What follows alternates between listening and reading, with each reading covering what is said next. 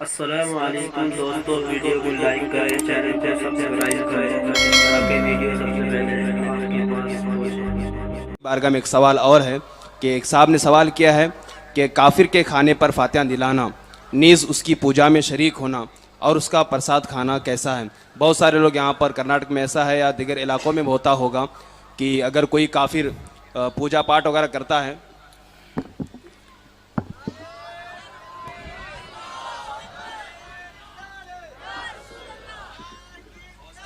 بہت سارے علاقوں میں ایسا ہوتا ہوگا کہ جہاں پر غیر لوگ پوجا پاٹ وغیرہ کرتے ہیں وہاں پر مسلم لوگوں کو دعوت دی جاتی ہے، تو ان کی پوجا پاٹ میں مسلمانوں کا شریک ہونا اور پھر پوجا کے بعد ان کے پرساد کو کھانا، یہ شرعاً حضور کیسا ہے؟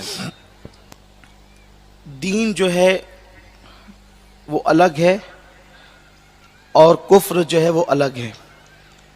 مذہب اسلام نام ہی اس دین کا ہے جس نے آنے کے بعد ایمان اور کفر کو الگ الگ کر دیا۔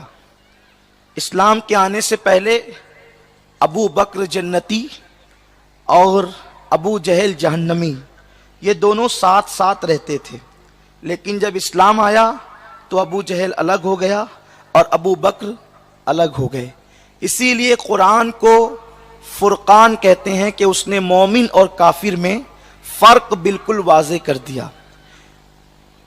تو یہ جو بتوں کی پوجا ہے یہ شرک ہے، بلکہ شارح بخاری حضرت علامہ مفتی شریف الاقصاب امجدی رحمۃ اللہ علیہ، مبارک پور اشرفیہ کے سابق صدر مفتی، استاذ الاساتذہ، استاذ العلماء، آپ فرماتے ہیں کہ اگر کسی گانے میں کفریہ کلمہ ہو اس کو خوش رہ کر کے سنا تو بھی کافر ہوگا، بھجن کو اگر کوئی راضی رہ کر کے سنے تو بھی وہ کافر ہوگا، اور ایسا کافر کہ اگر اس کا نکاح ہو چکا ہے تو اس کا نکاح بغیر طلاق کے خود بخود ٹوٹ گیا۔ اللہ اکبر۔ یہ ہے راضی رہ کر صرف بھجن سننے والا کافر ہو جاتا ہے۔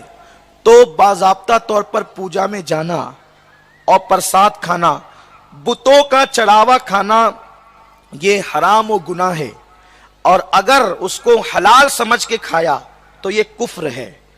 بیوی بھی نکاح سے نکل گئی، ایمان بھی گیا۔ اگر حرام اس کو جو ہے وہ ناجائز سمجھ کر کے کھایا تب تو گنہگار ہوا ہی ہوا، لیکن اگر معاذ اللہ اس کو حلال سمجھ کے کھایا تب تو کافر ہوگا۔ اس لیے پرساد کھانا ناجائز، وہ گناہ ہے، حرام ہے، اس لیے کہ چڑھاوا نہیں کھایا جا سکتا بتوں کا۔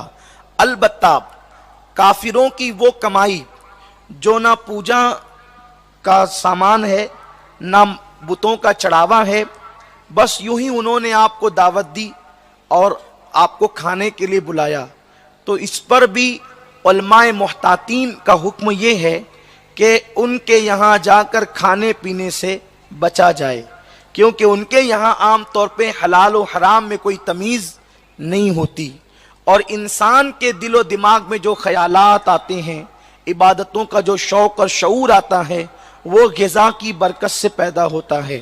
غذا اچھی ہوگی تو دل میں خیالات بھی اچھے آئیں گے۔